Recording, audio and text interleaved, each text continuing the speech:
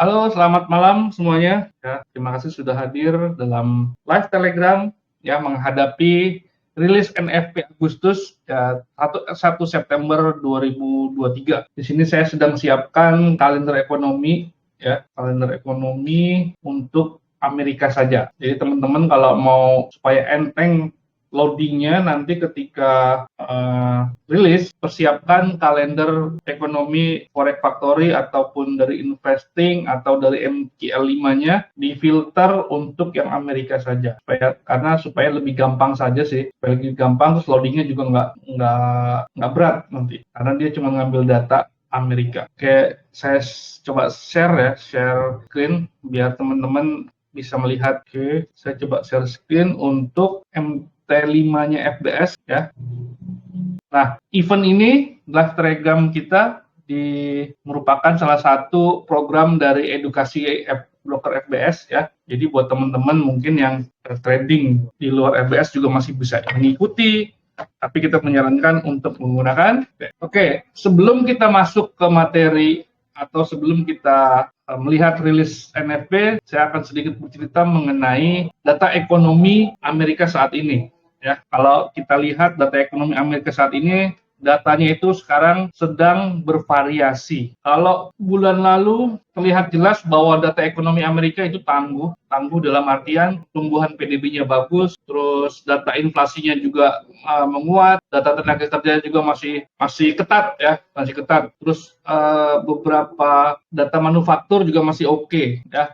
Namun setelah di bulan Agustus itu data itu sedikit berubah ya. Jadi ada sedikit perubahan bahwa ekonomi Amerika mulai mendingin.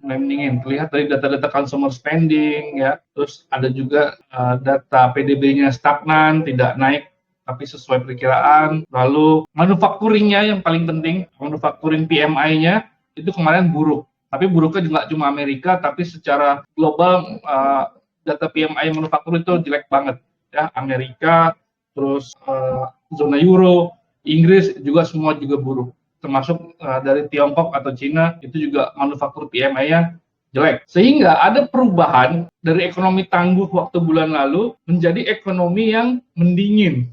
Nah, ini ada sedikit perubahan. Nah, perubahan inilah nanti yang akan mempengaruhi apakah angka NFP itu akan terus kuat ataukah angka NFP yang nanti akan rilis itu menjadi mendingin juga ya, menjadi turun juga. Kalau dari perkiraan yang kita lihat ya, kalau menurut Forex Factory, sorry ini nggak kelihatan kalau kecil ini ya. Kalau menurut Forex Factory, perkiraannya 169. Nah, sebelumnya adalah 187K ya. Jadi dari perkiraannya saja sebenarnya pasar sudah menduga bahwa akan ada penurunan di angka non-farm payroll ya. Ini adalah perkiraan pasar atau konsensus pasar yang disurvei oleh banyak lembaga kompeten ya, seperti Bloomberg mereka melakukan survei, Reuters melakukan survei, bagi para pelaku pasar mereka disurvei sebenarnya angka NFP ini berapa. Makanya diambil angka tengahnya bahwa rata-ratanya adalah perkiraannya menjadi 169.000 ya, dari angka sebelumnya 187.000. Nah, ini ada sumber kedua yang dari investing ya.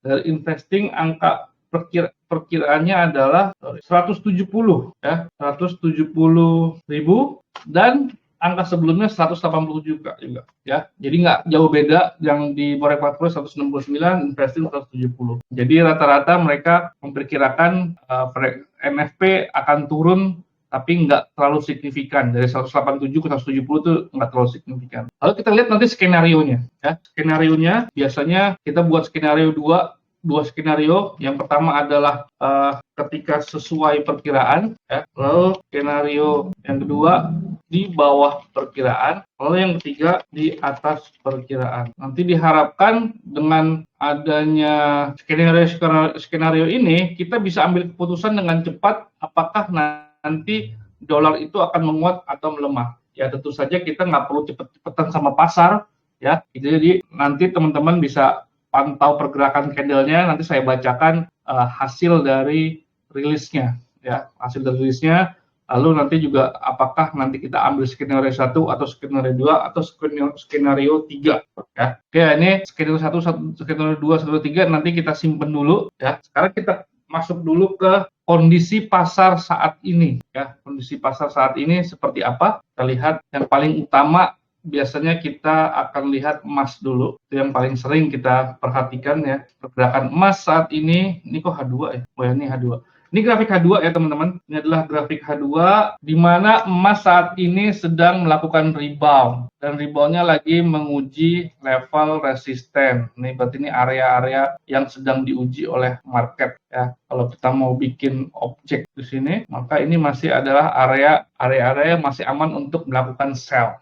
Ya, tapi ketika nanti ya, dia harus tembus ke atas, ya, kalau dia harus tembus ke atas, maka kita harus antisipasi sell kita nantinya. Ya, kita bisa lihat di sini posisinya lagi bergelombang naik dan di sini ada konsolidasi. Ya, biasa terjadi kalau habis naik kuat itu biasanya ada konsolidasi. Ya. Konsolidasi apa? Konsolidasi adalah pergerakan sideways, di mana pasar sedang mengkonsolidasikan pergerakan selanjutnya mau apa. Ya. Mereka sedang mencari tahu penggerak harga berikutnya mau bawa harga bullish ataukah nanti dia akan balik bearish, ya, balik tren lagi. Ya, itulah konsolidasi. Jadi kalau misalkan teman-teman baca analisa saya mengenai pasar sedang konsolidasi, berarti sedang bergerak sideways. Ya, sedang melakukan mencari konsensus selanjutnya mau naik apa mau turun ya. Nah kalau kita lihat dari sini dia sedang menguji level high, tetapi kita bisa lihat di sini posisinya masih divergensi ya. Jadi kalau ada divergensi masih ada peluang untuk balik turun ya. Itu ada gunanya kita lihat konfirmasi dari indikator teknikal. Ini untuk H2. Tapi kita jangan sampai lupa lihat H4-nya dulu nih, ya. Lihat H4-nya.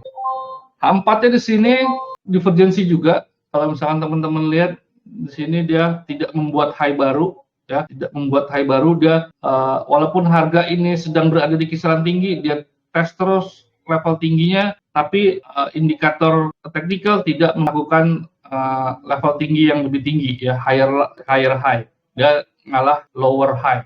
Ya, terus ini juga belum tembus ya buat teman-teman. Jadi formasi divergensinya masih bisa berlaku. Ini kuning kelihatan nggak ya? Saya ganti deh. Kuning ini diganti dengan warna hijau. Ya. Nanti ketika dia rilis, apakah dia akan tembus ke atas atau dia akan balik ke bawah? Kalau dia balik ke bawah, berarti dia mengikuti skenario divergensi. Harga pun akan nanti ke bawah. Ya. Nah untuk H4 kita bisa lihat ada level untuk breakout ya. Jadi kalau misalkan teman-teman di sini support ini ya, dan support yang ini bisa menjadi level breakout kalau harganya bergerak turun ya. Jadi jangan terburu-buru nih nanti ketika kita mau sell, intinya tembus apa enggak breakoutnya. Akan lebih keren lagi kalau kita bisa, kalau udah mau deket-deket ini bunyi terus nih indikatornya. Nah ini area-area yang dimana kita harus waspada apakah ditembus atau enggak ya. Jadi ini bisa menjadi area konfirmasi untuk melakukan sell apakah dia ditembus apa enggak ya. Terutama nanti kalau dia nge-break MA200, itu bisa jadi dia emas akan kembali ke bawah ya. Jadi skenario saat ini masih secara teknikal masih ada divergensi baik di H4 maupun di H2 ya.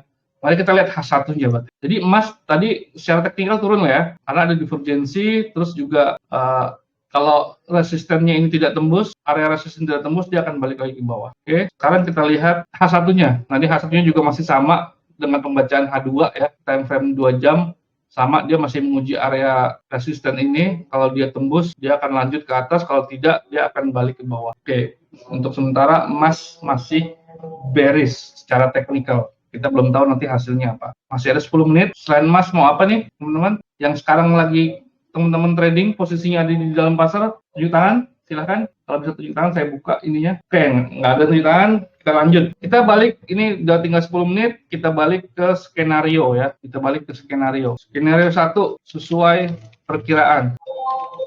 Tuh, udah mulai tuh, tangting. Sesuai perkiraan. Berarti kalau sesuai perkiraan, sebenarnya, tadi kan kita pasar sudah memperkirakan bahwa NFP akan turun kan.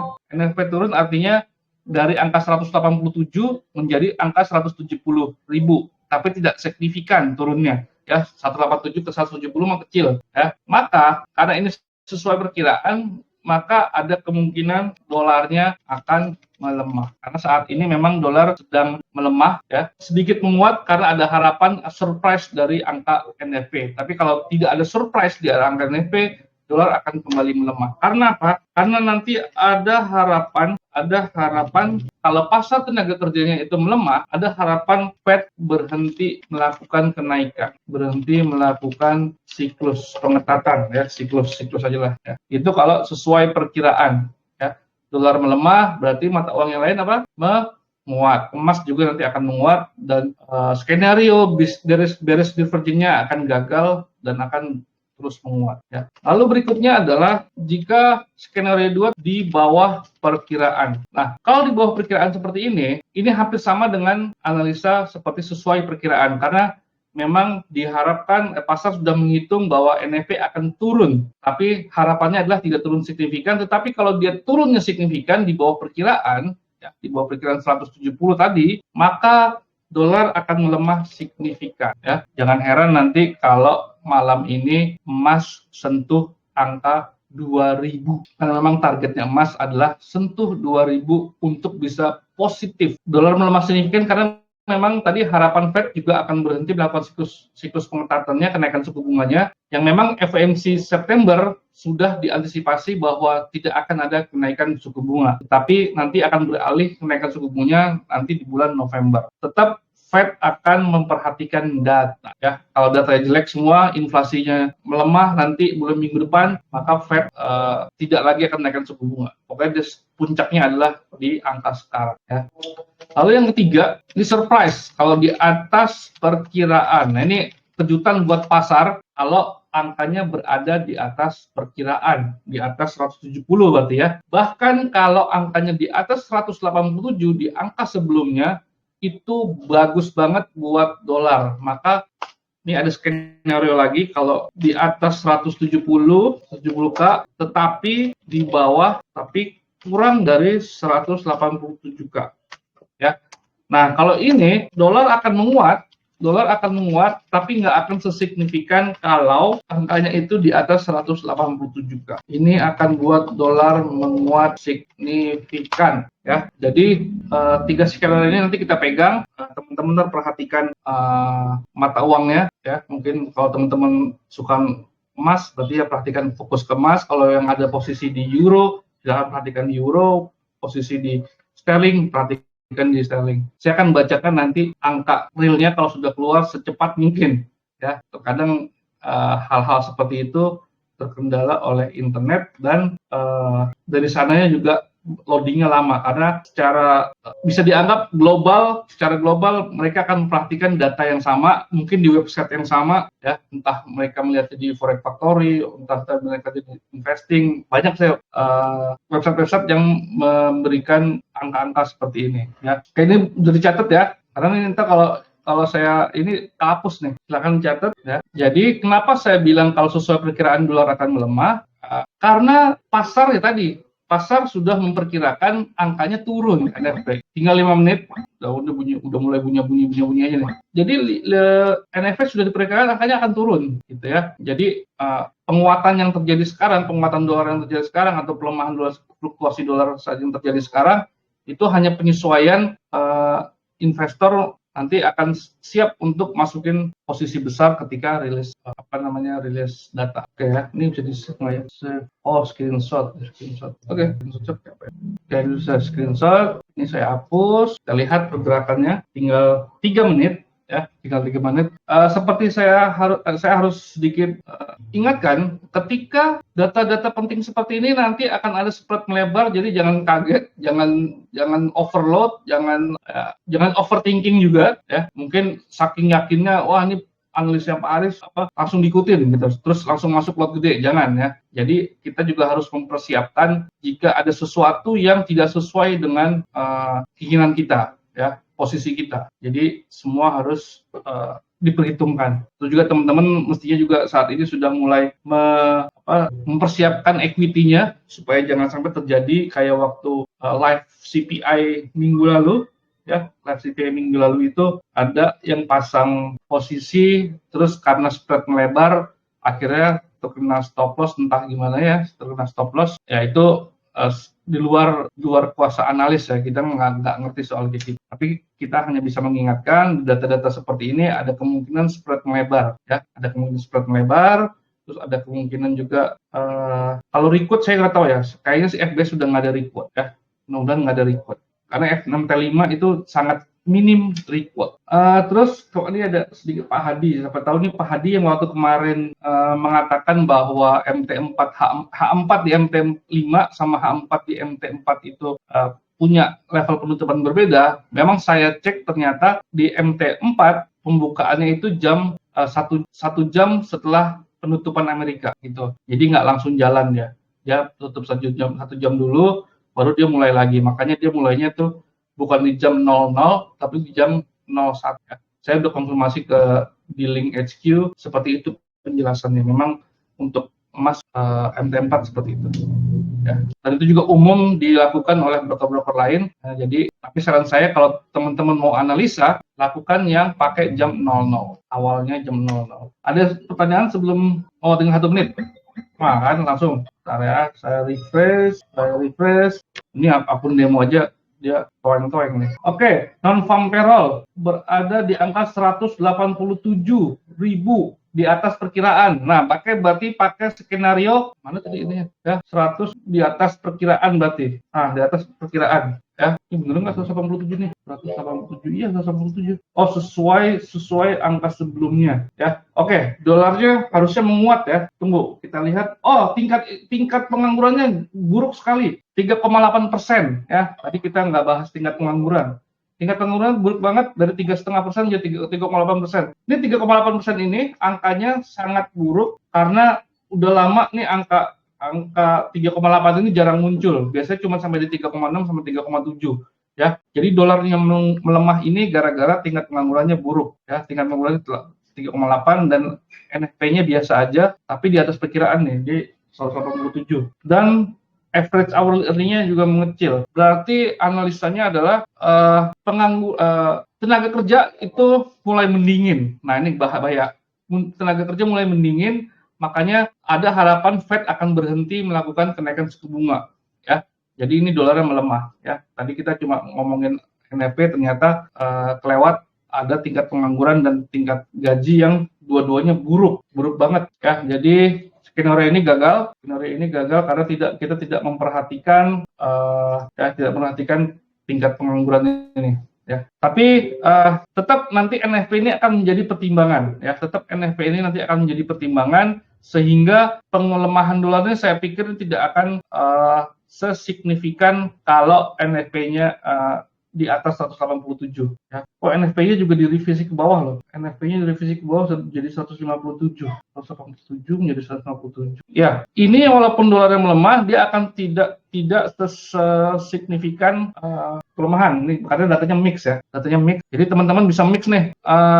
Skenario emas 2000 malam ini kayaknya nggak sampai ya. Jadi untuk emas kalau mau menunggu sell atau mau ikut buy sekarang itu targetnya ada di 59 ya. 1960 ntar kita lihat lagi datanya mau seperti apa. Skenario divergensi bearish gagal karena apa? Karena tadi sudah tidak lagi divergensi ya. Ini udah tembus nih ke atas nih.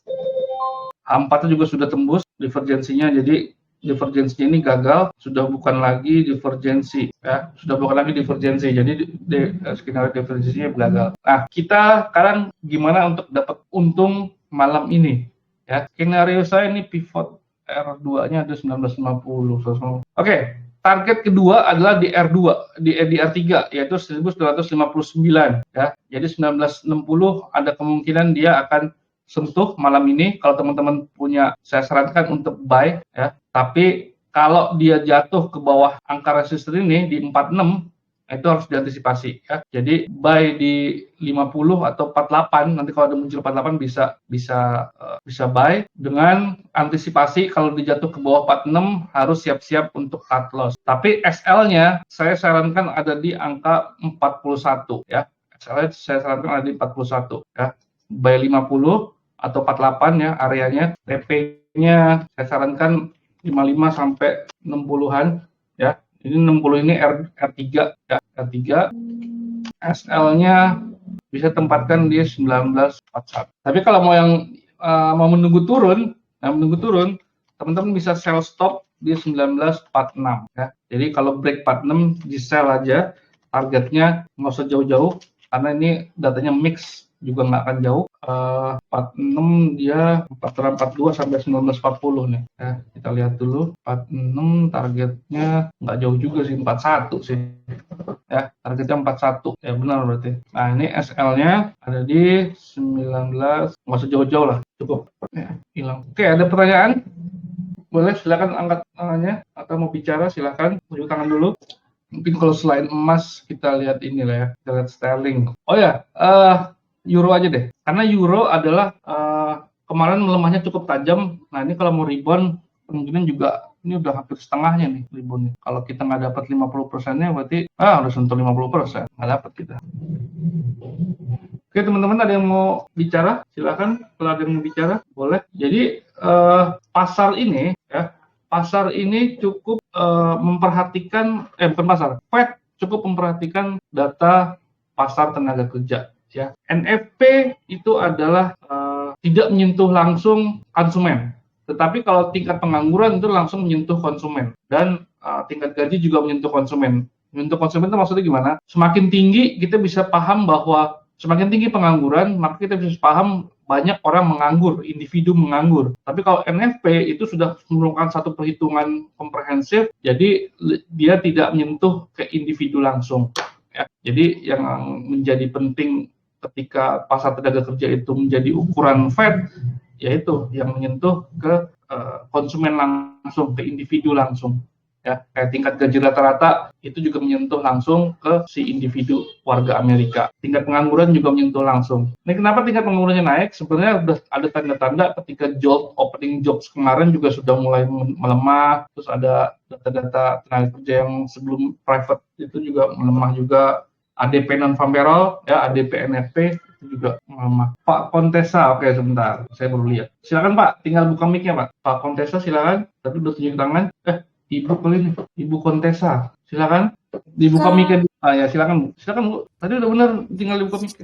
Iya, halo Pak Aris, saya Ya dengan silakan Bu. Nesa dari Medan. Pak, ini saya mau tanya, beritanya kan sudah rilis, Betul. pengaruhnya ke emas apa ya kira-kira? Ya, ini tadi kan rilisnya NFP-nya itu bagus ya, di atas perkiraan. Tetapi ada dua data lainnya yang buruknya cukup signifikan, kayak tingkat pengangguran menjadi 3,8% dari 3,5, terus tingkat gaji juga buruk juga, turun menjadi 0,2 dari perkiraan 0,3. Nah ini sebenarnya kalau dari lihat NFP-nya harusnya dolarnya menguat, ya.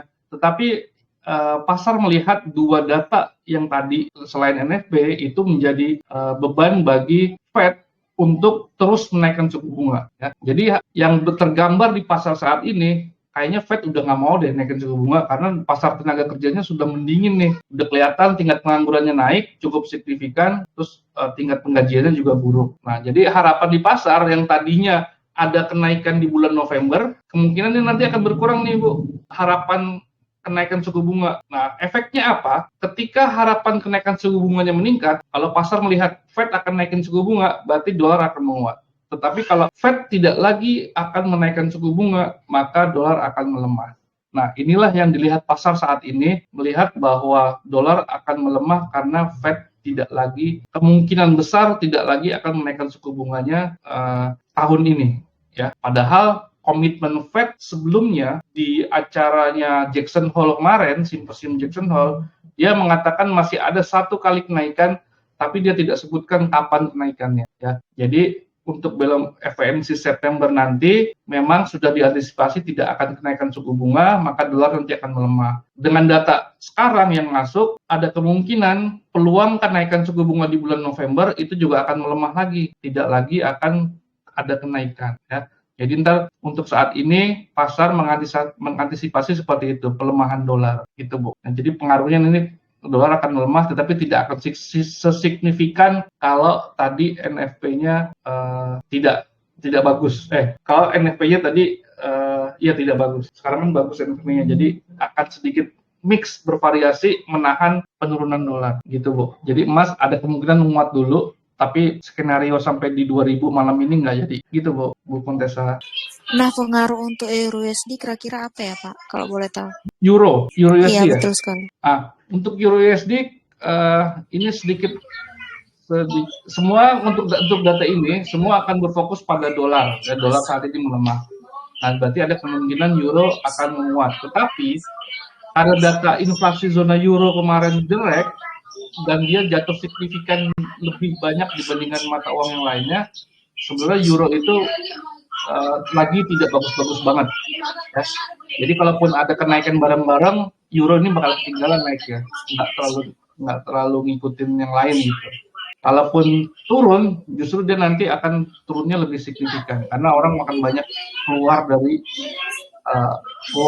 dananya akan keluar dari euro gitu. Karena data domestiknya jelek euro itu. Begitu, Bu.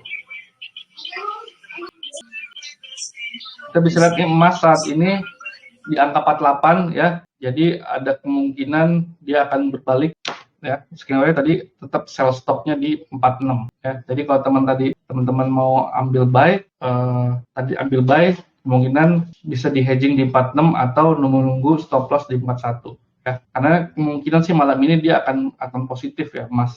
Pak, kalau misalkan ada posisi sell di 1936, apakah memungkinkan untuk ditahan atau di stop loss saja? 1936 ya, 1936 terlalu jauh ya. Iya. 36 ini ada di R1.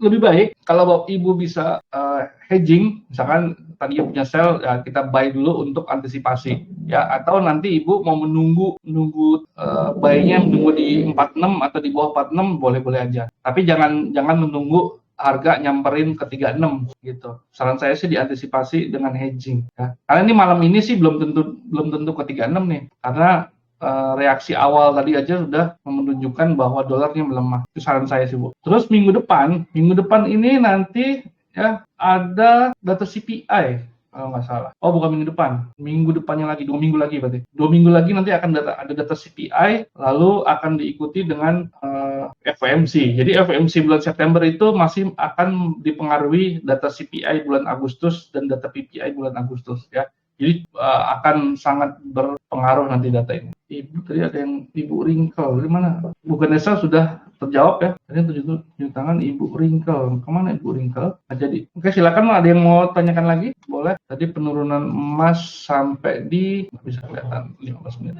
Sini, 47 dia. Turunnya cuma 47, terus balik lagi naik. Tadi kalau buy-nya di 48, ya ini udah profit sih. Kalau dapat 55 ada sih kayaknya. Ya kita lihat Aussie paling gegap gempita naiknya, euro naiknya nahan, sterling juga kayaknya nahan ya, naiknya nahan. Kalau Aussie sudah menembus high sebelumnya, penutupan sebelumnya ya, tinggal menembus high sebelumnya, dia akan lanjut. Emas sudah menembus high sebelumnya, sterling belum, euro belum, Swiss belum break low, jadi ini masih ada Swiss ini data tadi siang apa ya? Kayak CPI-nya Swiss bagus deh. Jelek. CPI Swiss kemarin jelek. Kayak dia mau dibahas lagi? Oke, kalau nggak ada, kita tutup sesi malam ini. Kita bertemu minggu depan. Selamat berakhir pekan dan semoga yang trading malam ini bisa aman akunnya, bahkan bisa untung, bisa profit.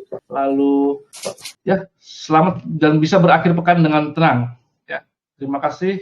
Pak, maaf sebelumnya masih bisa bertanya? Oh ya boleh, silakan Ibu. Nanti kan ini masih ada berita yang akan rilis di pukul 9. Semisal beritanya rilis negatif, maka dampaknya apa ya Pak? Oke, ini ada ISM Manufacturing, itu juga cukup penting sebenarnya. Cukup penting diperhatikan oleh Fed karena ini merupakan data pertumbuhan ya. Jadi semakin bagus data manufacturing, berarti kan aktivitas ekonominya bergerak dengan bagus. Seharusnya datanya, consumer spending itu juga bagus. Tapi kalau melihat data minggu ini dan minggu lalu, yang manufacturing juga buruk-buruk, kemungkinan sih yang jam 9 ini angkanya juga akan buruk juga, gitu ya. Nah, lalu dampaknya apa?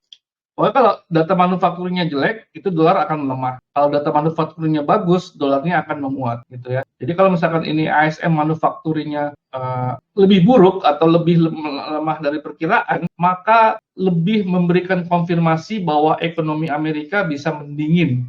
Ya, kan tadi kita sudah bahas bahwa data-data terakhir itu menunjukkan ekonomi Amerika mulai mendingin, pasar tenaga kerjanya juga mulai ya, belum bisa dikatakan tidak ketat lagi, tapi mulai turun. Nah, manufacturing ini kalau mengikuti data minggu lalu ya, yang buruk semua, nah kemungkinan dia juga munculnya juga akan buruk juga. Nah, dampaknya nanti kalau buruk berarti dolarnya akan melemah ya, akan lebih ngebus emas untuk naik atau yang lainnya juga bisa gitu ya. Tapi sebaliknya kalau misalkan dia bagus ya, walaupun kemungkinannya kecil untuk menjadi data bagus, ya dolar bisa menguat. Karena tadi hubungannya adalah dia data pertumbuhan, gitu Bu. Oke, nggak ada pertanyaan lagi. Mudah-mudahan. Oh, Pak Ipet, oke silakan. Silakan Pak Ipet, tinggal dibuka mic-nya. Malam, Pak. Malam. Oke, Pak mau tanya tentang kalau dari volatilitas untuk NFP malam ini, kenapa dominan tidak terlalu kuat dibandingkan dengan adanya kepercayaan konsumen di tanggal 29 ya, Pak? Kepercayaan konsumen. Oh, itu datanya yang University of Michigan ya? Iya, tanggal 29 waktu itu.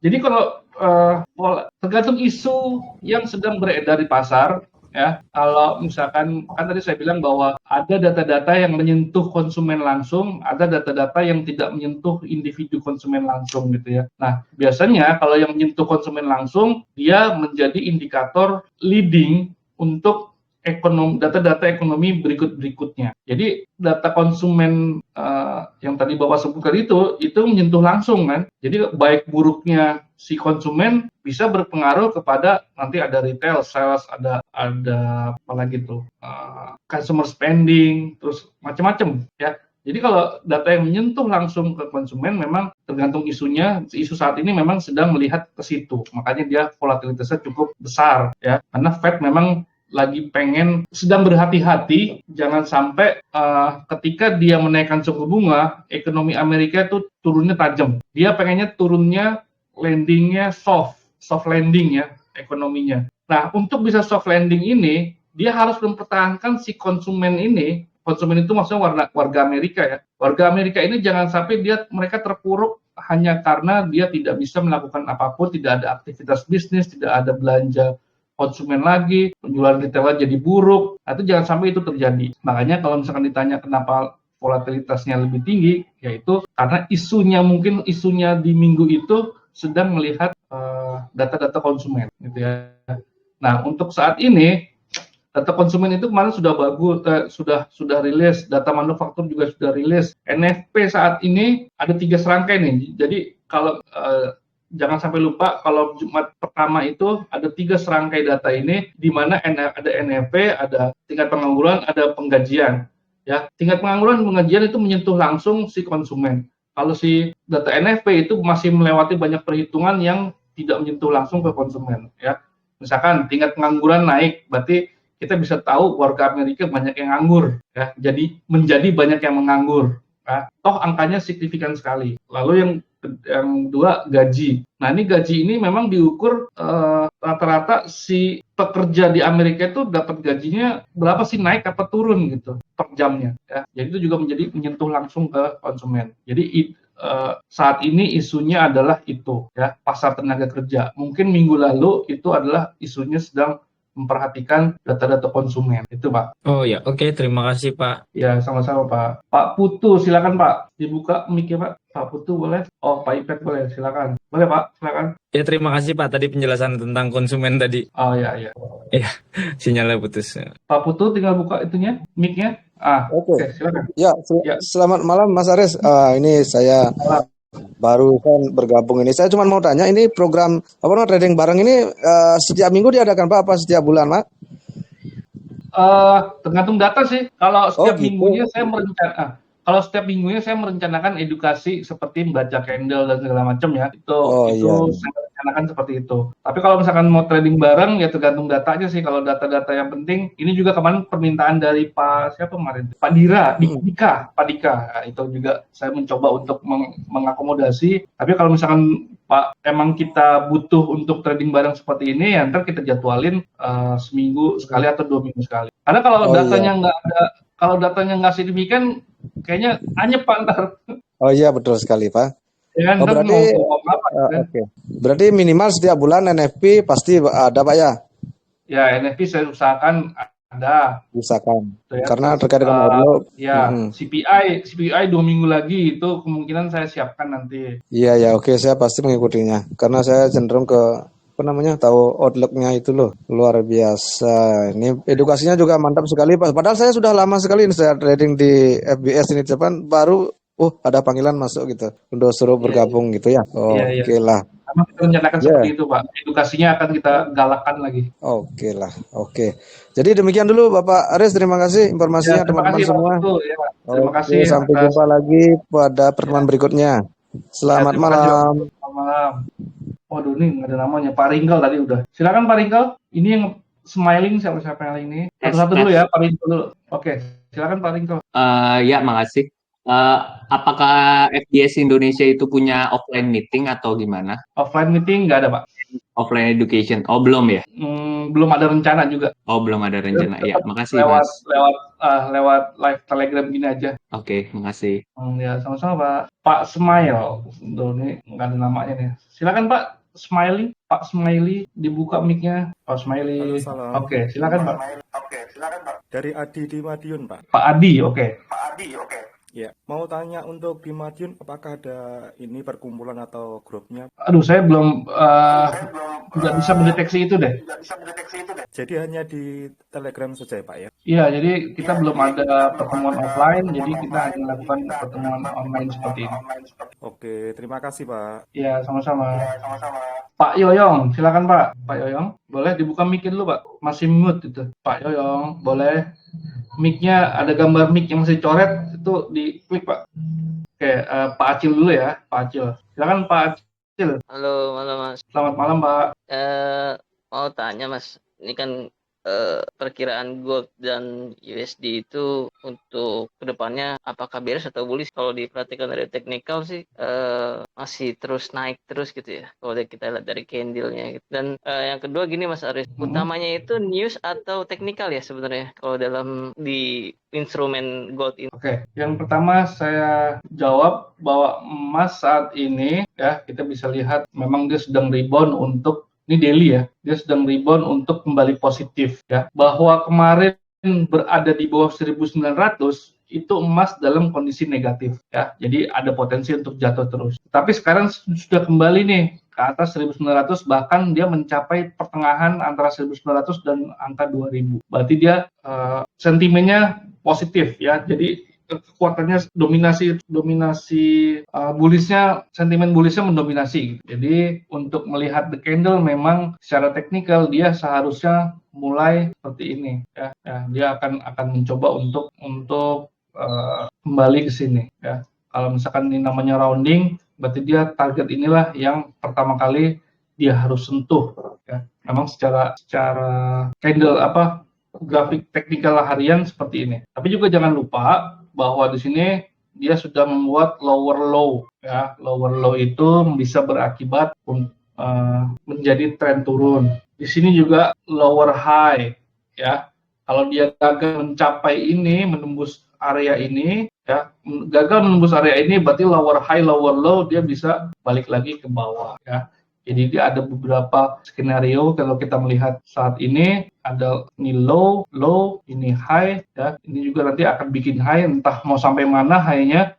Kalau dia tidak bisa menembus high yang ini, berarti di angka berapa nih? 86 ya. 1986 atau bawahnya berapa nih? 79. Berarti 80, 1980 dia kalau dia tidak tembus, maka dia bisa punya peluang untuk balik lagi ke bawah. Tapi lebih enak kalau dia dia kalau tembus. Kenapa? Karena targetnya dekat ke 2000. Jadi kita bisa buy itu pas 80 tembus, kita buy, siapin equity supaya untuk menahan kalau dia ada fluktuasi ke 60 kita masih bisa menahan, dia bisa dia lanjut ke 2000 gitu ya.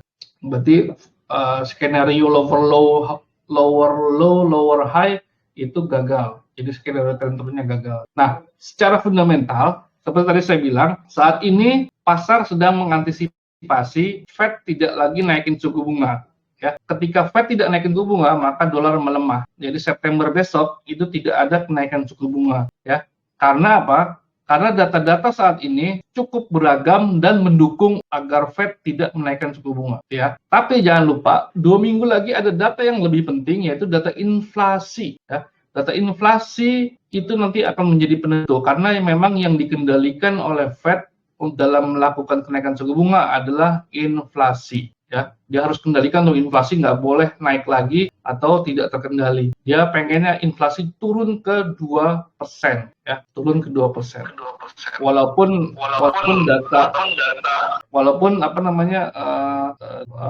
data-data ekonomi mulai mendingin, gitu ya. Jadi secara fundamental seharusnya dolar melemah. Nah, pertanyaan kedua, apakah fundamental sama technical bagus di yang mana? Sebenarnya minggu lalu sudah pernah saya sebutkan ya bahwa mekanisme seperti ini. Ketika kejadian di pasar, seluruh kejadian di pasar itu mencerminkan perilaku pelaku pasar ya. Jadi kalau ada hal positif, pelaku pasar akan melakukan buy. Kalau ada hal negatif, pelaku pasar akan melakukan sell gitu ya. Nah, apa yang dilakukan perilaku pasar itu nanti akan digambarkan dalam satu grafik yaitu namanya technical ya. Nah, technical grafik itu adalah cerminan semua kejadian yang dilakukan oleh pelaku pasar ya. Semua perilaku pelaku pasar ini dicerminkan dalam satu grafik ini ya, grafik technical. Ya, dalam candle, entah mau pakai grafik line atau grafik batang atau candle, semua tercermin di technical. Jadi kalau misalkan mana lebih penting, tentu saja dua-duanya penting untuk diketahui supaya kedepannya technicalnya mau seperti apa. Ya, kalau kita sudah paham fundamentalnya, kita sudah dapat fundamentalnya, kita bisa satu langkah ke depan dari trader-trader technical. Technical tuh hanya melihat saat ini kan, saat ini candle akan naik, akan turun. Tapi kalau misalkan fundamental, kita sudah lihat nih, bulan September FOMC tidak naikkan suku bunga. Berarti dalam otak kita, wah dolar akan melemah nih. Walaupun ada fluktuasi nanti, dolarnya menguat dulu, terus melemah, melemah. Tapi dalam mindset kita sudah tahu kemungkinan dolar melemah. Ya. Jadi kalau misalkan duluan mana, tadi kalau penting, dua-duanya penting. Tapi duluan mana yang pasti menjadi duluan fundamental baru tercermin di technical. Seperti itu, Pak. Oke, terima kasih Mas Aris. Ya, sama-sama Pak Acil. Oke, silakan yang lain. Jadi nggak tutup-tutup nih, udah jam 8. Memang pada dasarnya saya juga suka sih. Kalau ada interaksi seperti ini, lebih oke menurut saya dibandingkan kalau anyep-anyep aja ya. Tadi juga Pak Putu menyarankan apakah setiap minggu, ya tidak setiap minggu karena ada beberapa data yang memang reaksinya nggak seperti data-data penting seperti itu. Tapi kalau edukasi, saya usahakan setiap minggu dalam hal, misalkan kemarin kita membahas doji, mungkin minggu depan kita akan bahas inverted hammer, shooting star, pokoknya bentuknya kayak gini, entah begini atau yang begini. Ya. Ini bisa muncul di atas, bisa muncul di tren atas, ada tren naik atau tren turun kan. Nah ini mungkin akan kita bahas ini minggu depan. Ya. Shooting star, inverted hammer, hanging man, sebutannya banyak sih, tergantung posisinya di atas apa di bawah. Oke, kalau tidak ada lagi, saya share screen-nya, udahan dulu. Oke, tidak lagi ya. Oke, terima kasih atas kehadiran teman-teman, dan responnya juga cukup oke. Dan tadi, untuk yang punya posisi, mudah-mudahan aman-aman aja. Ya, tadi Ibu Pentesta, untuk yang posisi 1936-nya bisa nanti diantisipasi entah menunggu di bawah 46 atau nanti buy ketika nembus 50 lagi ya. Yang pasti sih harus diantisipasi dulu. Lalu semoga teman-teman semua di sini juga berakhir pekan dengan tenang ya. Kalau posisinya beres berarti tenang pekannya. Terima kasih dan selamat malam.